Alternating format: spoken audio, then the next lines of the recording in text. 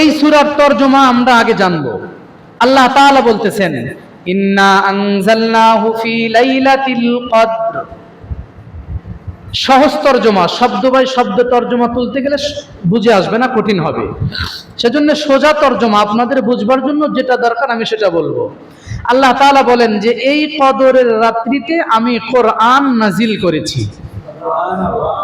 কদরের রাত্রে কি নাজিল হয়েছে ভাই? কোরআন নাজিল হয়েছে। এরপরে আল্লাহ বলেন, ওয়ামা আদরাকা মা লাইলাতুল কদর। লাইলাতুল কদর কি, এটা কি তোমাদের জানা আছে? তোমরা জানো লাইলাতুল কদরটা কি? এটা কি তোমাদের জানা আছে? লাইলাতুল কদরি খায়রুম মিন আলফি শাহর। সুবহানাল্লাহ বলেন। লাইলাতুল কদর হলো হাজার মাসের চেয়ে উত্তম রজনী। লাইলাতুল কদরের রজনী হাজার মাস। হাজার মাস কত হয়? 83-84 বছর ধরেন, কয়েক মাস এরকমই। একটা রাত্রের ফাজাইল, একটা রাত্রের মর্যাদা আর সম্মান 84 বছর ধরেন। 83 বছর একটু কয়েক মাস, 84 বছর ধরেন।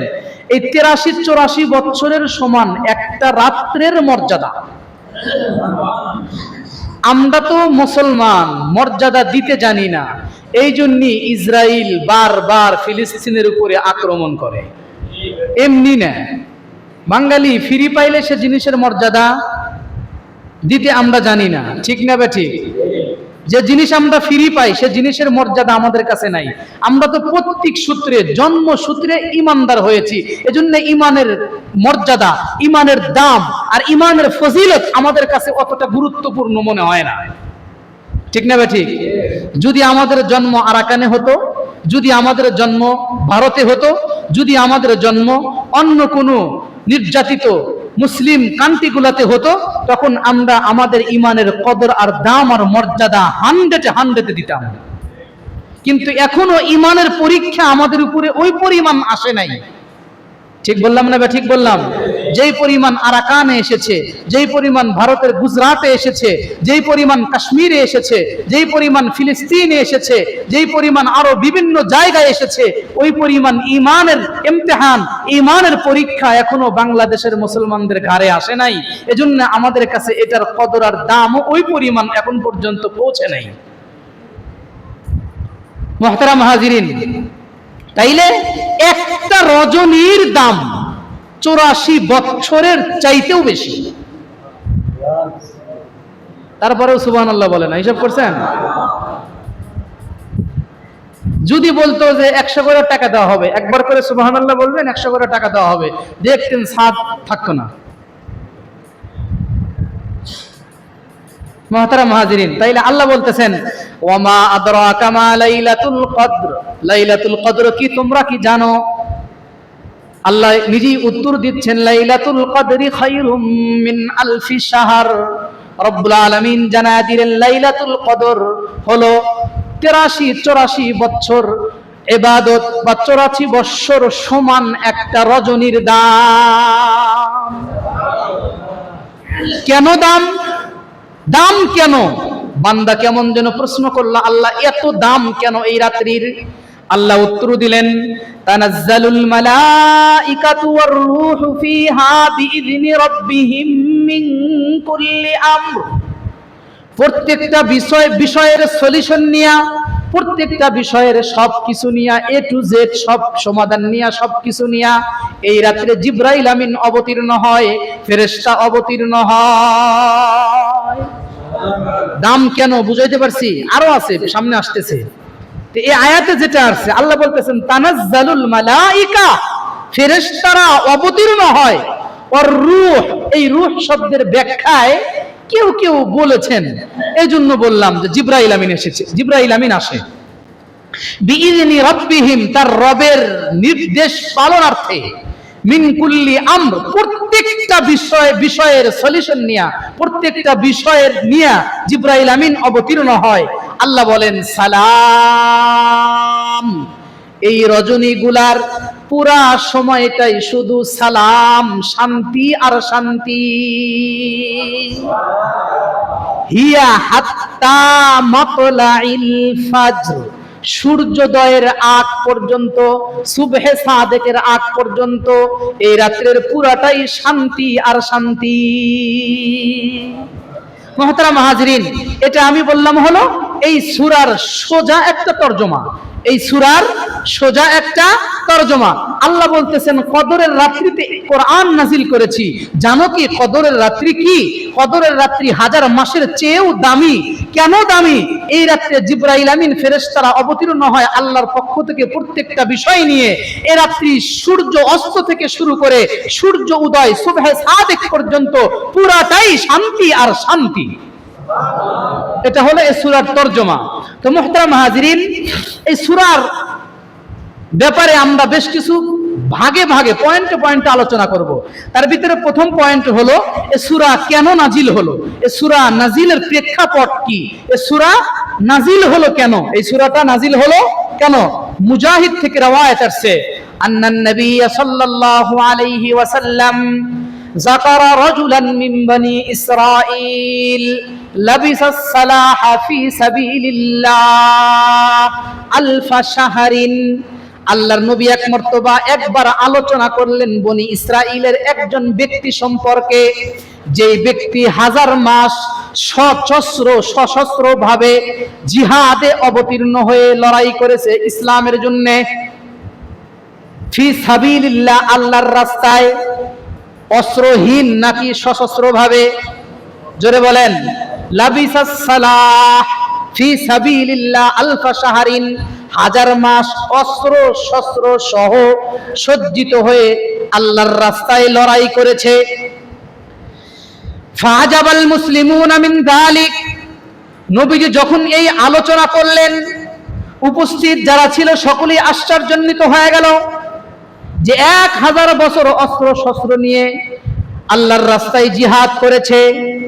এটা শুনে যখন মুসলমানেরা উপস্থিত জনগণ আশ্চর্যান্বিত হয়ে গেল, ক্বালা, আল্লাহর নবীজি বলেন ফাআনজালাল্লাহু তাআলা আযজা ওয়া জাল্লা ইন্না আনজালনাহু ফি লাইলাতিল কদরি ওয়া মা আদরাকা মা লাইলাতুল কদর লাইলাতুল কদরি খায়রুম মিন আলফি শাহর।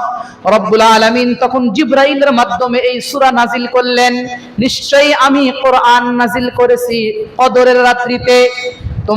তোমরা কি জানো কদর কি? কদর হাজার মাসের চেয়েও উত্তম রজনী। তাইলে বুঝলেন এই সূরা কোন সময় নাজিল হয়েছে, কেন নাজিল হয়েছে, নাজিল হওয়ার প্রেক্ষাপট। এই হাদিসের শেষে আরো কিছু শব্দ আছে, সেগুলোর ব্যাখ্যা করতে গেলে সময় হবে না, সময় কভার হবে না একটা।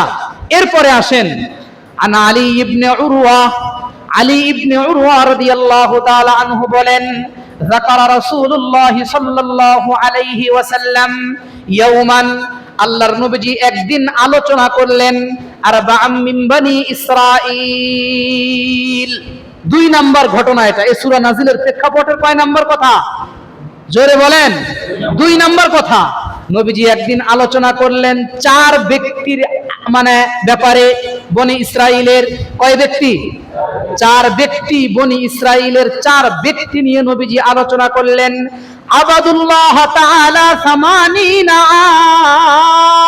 আম, যারা রব্বুল আলামিনের ইবাদত করেছে 80 বছর। কয় বছর? যারা 80 বছর ধরে আল্লাহ পাকের ইবাদত করে, লাম ইয়াসুহু তারফাতা আইন, অর্থাৎ ইবাদত করতে গিয়া তারা কখনো এদিক সেদিকে ভ্রুক্ষেপ করে না। লাম ইয়াসুহু তারফাতা আইন, অর্থাৎ চোখ এদিক করে না, এদিক করে না, এদিকে করে না। এটার সহজ তরজমা হলো তারা 80 বছর ইবাদত থেকে কখনো ফারেগ হয় নাই, ধারাবাহিকভাবে তারা 80 বছর ইবাদত করেছে। বুঝাইতে পারছি কথা? কয় বছর? 80 বছর। এরকম 4 জন ব্যক্তির কথা নবীজি আলোচনা করলেন। ফাযাকারা আইয়ুব, তার নাম ছিল আইয়ুব, জাকারিয়া, হিজকিল, ইউশা ইবনে নুন। কয় ব্যক্তির কথা বললাম? জাকারিয়া, হিজকিল, আইয়ুব, ইউশা ইবনে নুন, এই 4 ব্যক্তির কথা আলোচনা করলেন। قال فعجب أصحاب رسول الله صلى الله عليه وسلم من ذلك উপস্থিত সাহাবায়ে কেরাম যারা ছিলেন তারা আশ্চর্যান্বিত হয়ে গেলেন। আশ্চর্যান্বিত হওয়ার পরে জিবরাইল আমিন চলে আসলেন। জিবরাইল আমিন চলে এসে বললেন, ইয়া মুহাম্মদ, ওগো আল্লাহর হাবিব, আজিবাত উম্মাতাকা মিন ইবাদি হাউলা ইন্নাফার 80 সানা, এই চার ব্যক্তির 80 বছরের ইবাদতের কথা শুনে আপনার উম্মতরা আশ্চর্যান্বিত হয়ে গেল নাকি? কি বললেন? ইয়া মুহাম্মদ, আজিবাত উম্মাতাকা, আপনার সাহাবীরা, আপনার উম্মত কি ভীত সন্ত্রস্ত হয়ে গেল, আশ্চর্যান্বিত হলো এই চার ব্যক্তির 80 বছরের ধারাবাহিক ইবাদতের কথা শুনে? লাম ইয়াসুহু তারফাতা আইন, যারা কখনো চোখের পলক এদিক সেদিক করে নাই, শুধু ইবাদতই করেছে। এরপরে ফাকাদ আনজালাল্লাহু তাআলা খায়রাম মিন যালিক, জিবরাইল আমিন বলেন, আল্লাহু আকবার বলার জন্য রেডি থাকেন। রেডি তো? রেডি? হ্যাঁ। ফাকাদ আনজালাল্লাহু তাআলা খায়রাম মিন যালিকা, জিবরাইল আমিন বললেন, ওগো আল্লাহর হাবিব, রব্বুল আলামিন আপনার উম্মতের জন্য এর চাইতে আরো ভালো কল্যাণকর রজনী আল্লাহ তাআলা নাজিল করেছে। এর চাইতে কল্যাণ। জিবরাইল আমিন তেলাওয়াত করলেন, ইন্না আনজালনাহু ফি লাইলাতিল কদর ওয়া মা আদরাকা মা লাইলাতুল কদর লাইলাতুল কদরি খায়রুম মিন আলফি শাহর হাযা আফজাল। হাদিসের শেষ অংশে নবীজি বলেন, হাযা আফজাল, অর্থাৎ শবে কদরের রজনীগুলা উত্তম, মিম্মা আজিবতা আনতা ওয়া উম্মাতাকা, আপনার উম্মত ওই চার ব্যক্তির 80 বছরের ইবাদতের কথা শুনে যে আশ্চর্য হলো, আপনার উম্মত যদি এই রজনীগুলাতে ইবাদত বন্দেগীর ভিতরে কাটায় দেয়, আপনার উম্মতের ওই 80 বছরের ইবাদতের চাইতে আমলনামায় রব্বুল আলামিন বেশি নেকি দিয়া দিবে। খুশি না বেজার? জোরে বলেন। খুশি যদি থাকেন, শবে কদর এই বেজর রাত্রিগুলা 21, 23, 25, 27, 29 এই রাত্রিগুলাতে মসজিদ কেমন থাকে দেখা যাবে। ঠিক আছে? খালি খুশি না, মহা খুশি। খুশির ঠেলায় মসজিদ ফাঁকা, তাই তো? কি বলেন? খুশির ঠেলায় মসজিদ ফাঁকা। এমন খুশির খুশি মসজিদে আসা ভুলে গেছে। এরকম যেন না হয়, এরকম যেন না হয়। কি বলেন ভাই? এরকম যেন না হয়। আগামীতে পাবেন, বিশ্বাস আছে। একজন বান্দা এখানে দাঁড়িয়ে বুকে হাত রেখে বলেন তো দেখি, আগামীতে পাবেন আপনি? বলেন, এ বুকের পাঠা কার আছে? তাইলে এ সূরা নাজিলের প্রেক্ষাপটের 2 নাম্বার অবস্থা, 2 নাম্বার রিওয়ায়াতের কথা আমি আপনাদেরকে শুনাইলাম। ঠিক আছে? এই হাদিসটা এসেছে তাফসীর ইবনে কাসিরের ভিতরে। এরপরে আসেন 2 নাম্বার বিষয়, যে লাইলাতুল কদর কোরআন অবতীর্ণ হওয়ার রাত। লাইলাতুল কদর কি অবতীর্ণ হওয়ার রাত ভাই? জোরে বলেন। কোরআন অবতীর্ণ হওয়ার রাত। আন ইবনে আব্বাস ওয়া গায়রাহু আনজালাল্লাহু তাআলা আল কুরআনা জুমলাতান ওয়াহিদা من اللوح المحفوظ إلى بيت العزة من السماء الدنيا ثم نزل مفصلا بحسب الواقع في 23 سنة على رسول الله صلى الله عليه وسلم। আব্দুল্লাহ ইবনে আব্বাস এবং অন্য সাহাবী থেকে রওয়ায়াত এসেছে, রব্বুল আলামিন লৌহে মাহফুজ থেকে পুরা কোরআনটা বাইতুল ইজ্জাত অর্থাৎ প্রথম আসমানে পুরাটাই নাজিল করলেন। কোন জায়গা থেকে? লৌহে মাহফুজ থেকে। আনজালাল্লাহু তাআলা আল কুরআনা জুমলাতান ওয়াহিদা মিনাল লাউহিল মাহফুজ। লৌহে মাহফুজ থেকে রব্বুল আলামিন পুরা কোরআনটা, টোটাল কোরআনটাই একই সাথে বাইতুল ইজ্জা ইলা বাইতিল ইজ্জা মিনাস সামাঈদ দুনিয়া। প্রথম আসমান এই বাইতুল ইজ্জাতে পুরা কোরআনটা টোটালটাই রব্বুল আলামিন অবতীর্ণ করলেন। সুবহানাল্লাহ বলেন। পুরা কোরআনটা বাইতুল ইজ্জাতে অবতীর্ণ করার পরে এই বাইতুল ইজ্জাত থেকে সুম্মা নাযালা মুফাসসালান বিহাসবিল ওয়াকি' ফি 23 সানা। নবুয়তের 23 বছরের জিন্দেগিতে, নবুয়তের কয় বছরের জিন্দেগি? নবুয়তের পুরা 23 বছরের জিন্দেগিতে বিহাসবিল ওয়াকি' বিহাসবিল ওয়াকাই বিহাসবিল ওয়াকাই আল্লাহর নবীজির উপরে নবুয়তের 23 বছরের জীবনে যখন যেই বিধান তার প্রয়োজন দেখা দিয়েছে, যখন যতটুকু নাজিলের প্রয়োজন দেখা দিয়েছে, তখন রব্বুল আলামিন অতটুকুনি বাইতুল ইজ্জাত থেকে জিবরাইল আমিনের মাধ্যমে নবীজির উপরে নাজিল করেছে। তাইলে কি বুঝলেন? যে কোরআন অবতীর্ণ হওয়ার রাত শবে কদর। কি ভাই? পুরা কোরআনটাই আল্লাহ পাক লৌহে মাহফুজ থেকে বাইতুল ইজ্জাত নাজিল করেছেন। বাইতুল ইজ্জাত থেকে রব্বুল আলামিন নবুয়তের পুরা 23 বছরের জীবনে, নবুয়তের পুরা 23 বছরের জিন্দেগিতে যখন যতটুকুন হয়েছে রব্বুল আলামিন ততটুকুন নাজিল করেছেন। তাইলে এই রাত্রিতে কোরআন নাজিল হয়েছে। কোরআন কখন কতটুকুন নাজিল হয়েছে বুঝলেন তো? এবার আসেন, 1000 মাস লাইলাতুল কদর সূরা নাজিলের প্রেক্ষাপট বলেছি। এরপরে লাইলাতুল কদরে কেন মানে সূরা কোরআনে কারীম নাজিল হলো সেটাও বললাম। এরপরে 1000 মাস যে বললেন, যে 1000 মাসের চাইতেও উত্তম, এ ব্যাপারে একটা বর্ণনা নেন। বেশ কিছু বর্ণনা আছে, এ ব্যাপারে একটা বর্ণনা নেন। আন ইউসুফ ইবনে সাআদ, ইউসুফ ইবনে সাআদ থেকে বর্ণিত লম্বা হাদিস। তিনি বলেন, আরবি বলার সময় হাতে নাই, তিনি বলেন যে হাসান ইবনে আলী, হাসান ইবনে আলীকে চিনছেন? কে বলেন? হাসান ইবনে আলী কে? কথা কয় না কে? হাসান ইবনে আলী, আলীর ছেলে হাসান, চতুর্থ সাহাবী। কোন সাহাবী? চতুর্থ সাহাবী হযরত আলী কাররামাল্লাহু ওয়াজহু। এই আলীর ছেলে হাসান, হযরতে আলীর ছেলে হাসান, হাসান ইবনে আলী যখন মুআবিয়ার কাছে বায়াত নিলেন, কি নিলেন?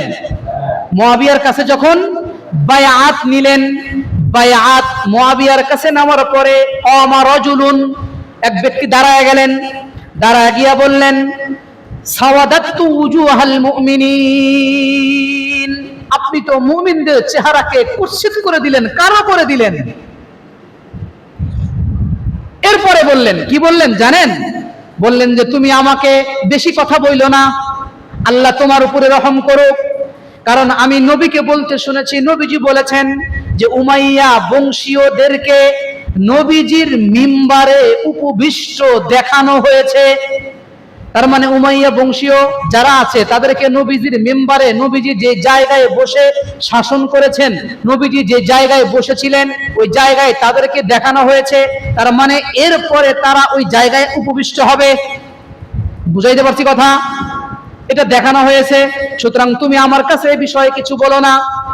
এরপরে এটা তার কাছে খারাপ লাগলো, খারাপ লাগার পরে তারপরে নাজিল হলো ইন্না আতাইনাকাল কাউসার। আল্লাহ তাআলা নাজিল করে তার হাবিবকে সান্ত্বনা দিলেন যে আমি আপনাকে কাউসার দান করলাম। এরপরে আবার নাজিল হলো কাউসার কি? ইয়ানি ইয়া মুহাম্মদ ইয়ানি নাহরান ফিল জান্নাহ, কাউসার জান্নাতের একটা ঝর্ণা, জান্নাতের একটা ঝর্ণা। এরপরে ওয়া নাযালাত, নাজিল হলো ইন্না আনজালনাহু ফি লাইলাতিল কদরি ওয়া মা আদরাকা মা লাইলাতুল কদর।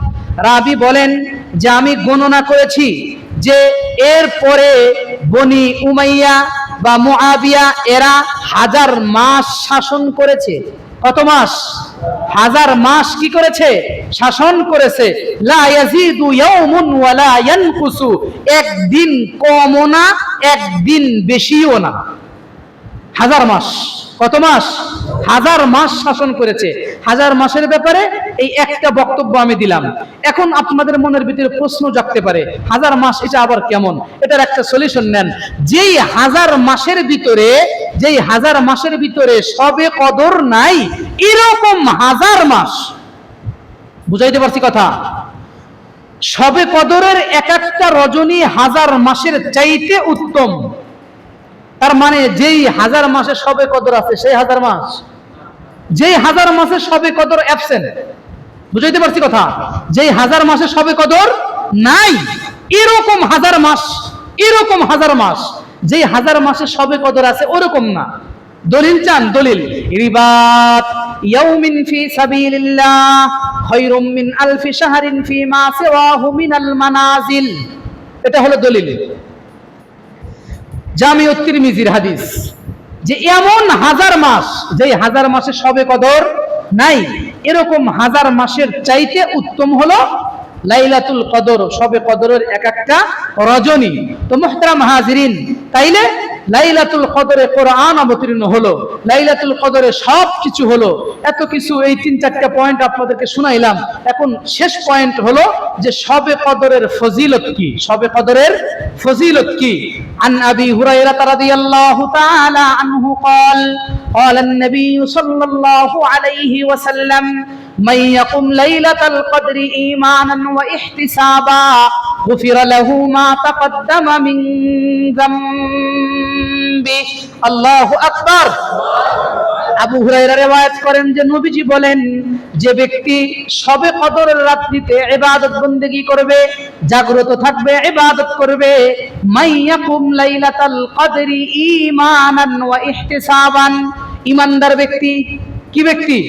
ঈমানদার ব্যক্তি সওয়াবের আশায়, নেকি অর্জনের আশায় শবে কদরের রাত্রিতে ইবাদত করবে। রব্বুল আলামিন তার হাবিবকে দিয়া জানায়া দিয়েছেন, বলে দেন, গুফিরা লাহু মা তাকাদ্দামা মিন যামবি, তার পূর্বের সকল গুনাহকে আল্লাহ তাআলা মাফ করে দেন। পূর্বের সকল গুনাহ আল্লাহ তাআলা ক্ষমা করে দিবেন। তো মুহতারাম হাজিরিন, এ হলো শবে কদরের ফজিলত। শবে কদরের ফজিলত হলো এটা। তাইলে এই ফজিলত কি হাতছাড়া করা যাবে?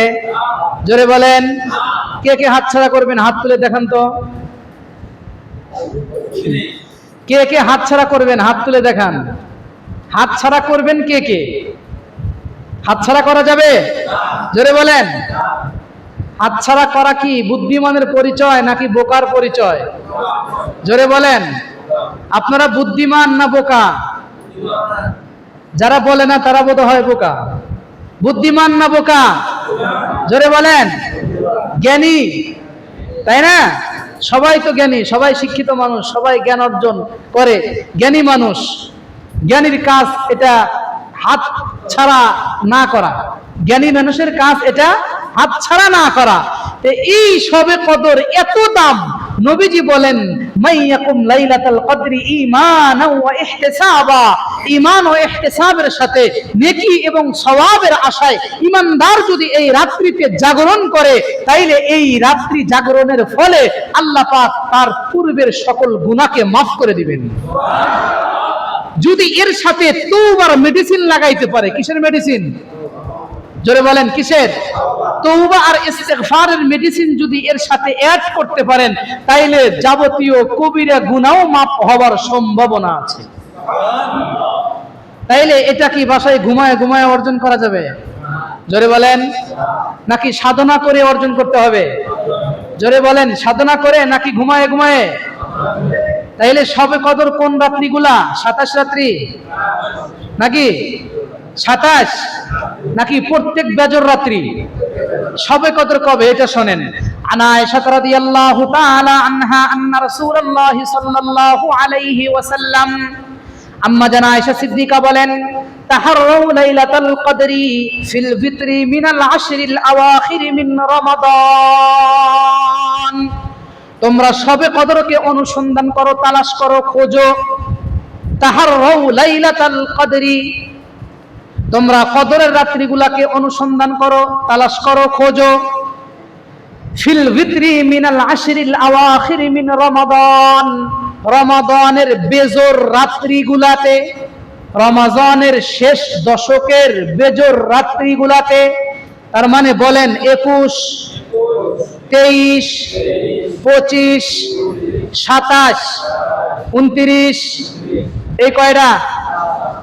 পাঁচটা বেজোর রাত্রিতে তোমরা সবে কদর কি করো? তালাশ করো।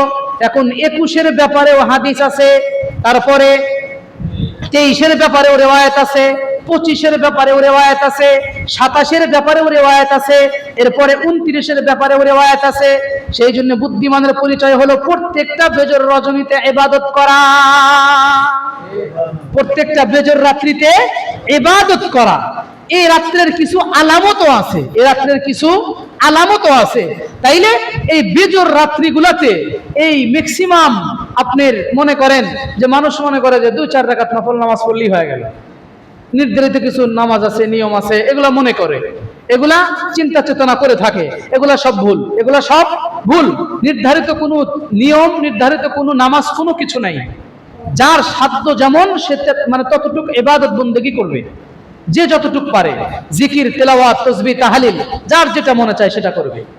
তো মুহতারাম হাজিরিন, বেজর রাত্রিগুলা, শেষ দশকের বেজর রাত্রিগুলা সবে কদর অনুসন্ধান তালাশের কথা আল্লাহ রাসূল বলেছেন, আম্মা জান আয়েশা সিদ্দিকা বলেছেন আল্লাহ রাসূল থেকে। শেষ দশকের বেজর রাত্রিগুলাতে কি করবেন? সবে কদর তালাশ করবেন, সবে কদর তালাশ করবেন। তো এটা তো বাসায় থেকে ঘুমায় ঘুমায় তালাশ করা খুবই সহজ না কঠিন? জোরে বলেন, আরো জোরে বলেন। কঠিন না সহজ? আর একটু জোরে বলেন। কঠিন। সবে কদর তালাশের জন্য, সবে কদরের হক আদায়ের জন্য, লাইলাতুল কদরের পঙ্খানু ইবাদত বন্দেগী করার জন্য সবচাইতে উত্তম যেই পদ্ধতি আর যেই জিনিসটা, সেটা হলো ইতিকাফ। কি ভাই? কি বলেন? ইতিকাফ। কিন্তু দুঃখ আর পরিতাপের সাথে বলতে হচ্ছে, আমার এদেশে ভাড়াটিয়া খোঁজে, ভাড়া খোঁজে ইতিকাফের জন্য। কথা বলেন না কেন? এদেশে এই ধরনের মুসলমান পাওয়া যায়, এদেশে এই ধরনের মুসলমান আছে, বিনা পয়সায় ইতিকাফে বসবে না।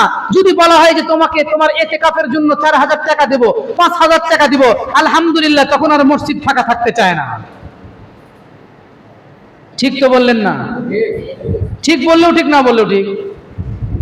আপনি ঠিক বললেও ঠিক, না বললেও ঠিক। আপনি ঠিক বললে ঠিক হবে, ঠিক না বললে ঠিক হবে না, বিষয়টা এমন না। চরিত্র এরকম কিনা, বা ওই পরিবেশটা এমন কিনা, কি বলেন? পরিবেশটা তো এমন, অথচ দরকার কি ছিল, প্রয়োজনটা কি ছিল? প্রত্যেকটা ব্যক্তির প্রয়োজন ছিল হলো এটা। বিশেষ করে মহল্লা ভিত্তিক যারা আছেন, মহল্লা ভিত্তিক, এরকম রিপোর্টও এদেশে আছে যে মহল্লার পক্ষ থেকে যে শুনছে একজন আদায় করে দিলেই হয়ে যাবে, আর ঠিক আছে তাহলে সবার থেকে চান্দা উঠাও, 50 টাকা, 100 টাকা করে, 200 টাকা, 500 টাকা উঠে ওকে 8-10 হাজার টাকা দিয়ে একজনকে বসায় দাও।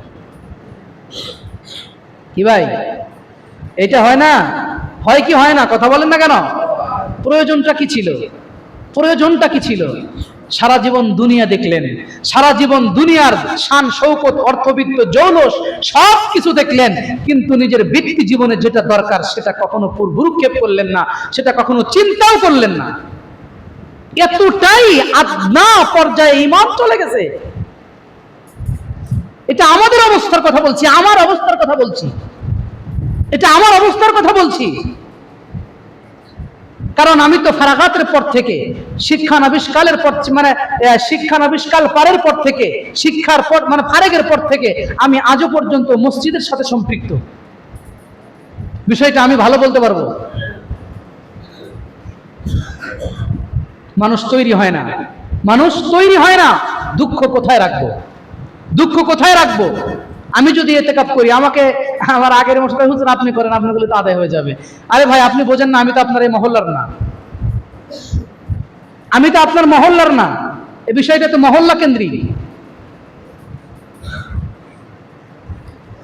মুহতারাম মুসল্লিয়ানে কেরাম, সেজন্য নিজের ব্যক্তি জীবনের কথা কেউ চিন্তা করে না, কেউ চিন্তা করে না। চোখ দুইটা বন্ধ হলেই তো সব শেষ। কি নিয়ে যাবেন বলেন তো দেখি? কি নিয়ে যাবেন? পৃথিবীতে আসছেন একা, যাবেন একা। আসছেন বস্ত্রহীন, যাবেন বস্ত্রহীন। আসছেন অর্থহীন, যাবেন অর্থহীন। আসার সময় যে আসার পরে আপনার কানে আযান ইকামত দেওয়া হয়েছিল, সেটার সমাপ্ত হবে নামাজের মাধ্যমে। তাইলে আসলেন একা, গেলেন একা, গেলেন আসলেন অর্থহীন, গেলেন অর্থহীন, কোনো কিছুই নিয়ে যেতে পারলেন না। কি নিয়ে গেলেন? এত ফিকির কেন? কিসের এত ফিকির দুনিয়া নিয়ে বলেন তো আমাকে? আল্লাহ কোরআনে একাধিক জায়গায় বলেছেন, ওয়ামাল হায়াতুদ দুনিয়া ইল্লা মাতাউল গুরুর। রব্বুল আলামিন জানায় দিয়েছেন, এই দুনিয়া কিন্তু ধোঁকা, দুনিয়া ধোঁকা। বলুন তো দেখি, কোটি কোটি টাকা বিনিয়োগ করে, কোটি কোটি অর্থ বিনিয়োগ করে আমার পূর্ব 3 পুরুষকে খুঁজে বের করা যাবে? আপনার পূর্ব 3 পুরুষকে খুঁজে বের করা যাবে? আপনি আপনার পূর্ববর্তী পুরুষ কয়টা নাম বলতে পারবেন বলেন তো দেখি? 5টা কেউ বলতে পারবেন? এখানে আছেন 5টা, বলেন আমাকে। 5টা কেউ বলতে পারবেন? এরকম কি ওই মসজিদে এখানে আছে?